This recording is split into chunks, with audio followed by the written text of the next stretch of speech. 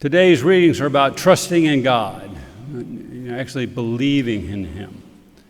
And we have these two readings that greatly contrasted.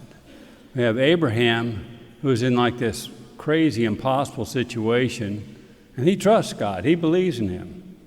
And then we have these unbelieving Jews who've seen all kinds of testimony about God, and they refuse to believe. And so today's readings also challenge us, in our belief. Do we believe in God? Do we trust in God?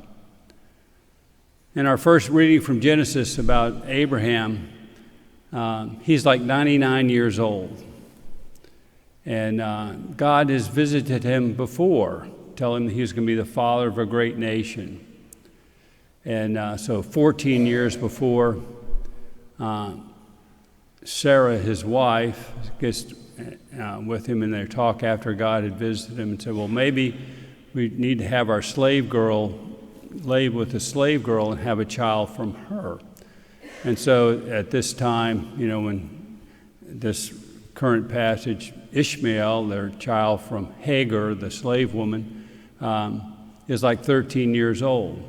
And so God visits Abraham, makes it clear that the descendants that he's going to have, that are going to be as numerous as the stars of the sky, are going to come from Sarah, his wife. And she's 90. And Abraham laughs. He laughs because of their age. He doesn't know how God's going to do it, but he trusts God. He believes that somehow God's going to make this happen. And then a year later, of course, they have Isaac. And in this incident, or this reading we had from Genesis, God makes a covenant, renews his covenant with Abraham.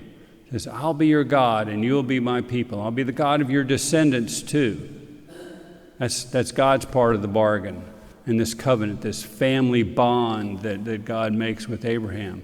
And that Abraham's part of the deal is, and their descendants, they have to believe in God. They have to trust in God. And they have to walk blamelessly in God's paths, okay? And then, of course, the sign of the covenant is circumcision. And then today's responsorial psalm, Psalm 105, when we heard that God's covenant is everlasting. It says, He remembers forever His covenant, which He made binding for 1,000 generations.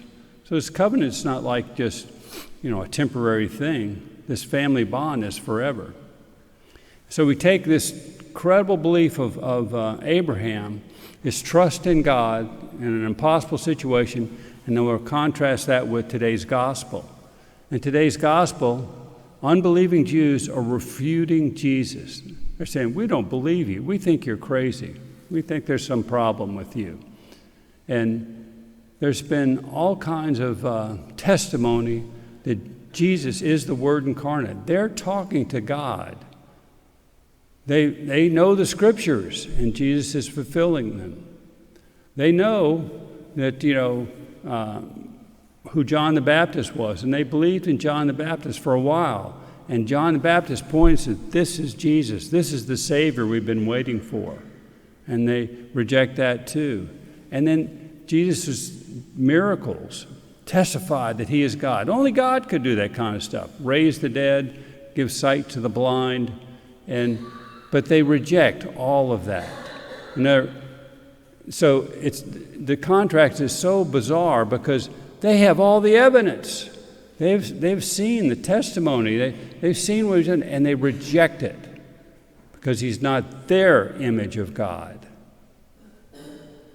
He's they're putting their image of God above what God is.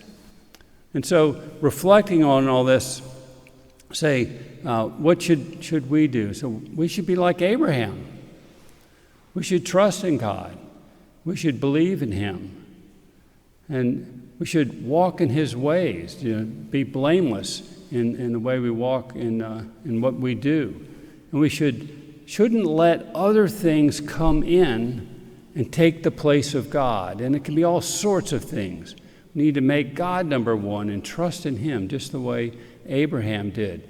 And we have to remember a great deal, this covenant that we have with God, we entered that covenant at our baptism. God adopted us as his children, and this covenant lasts forever. It's really good news.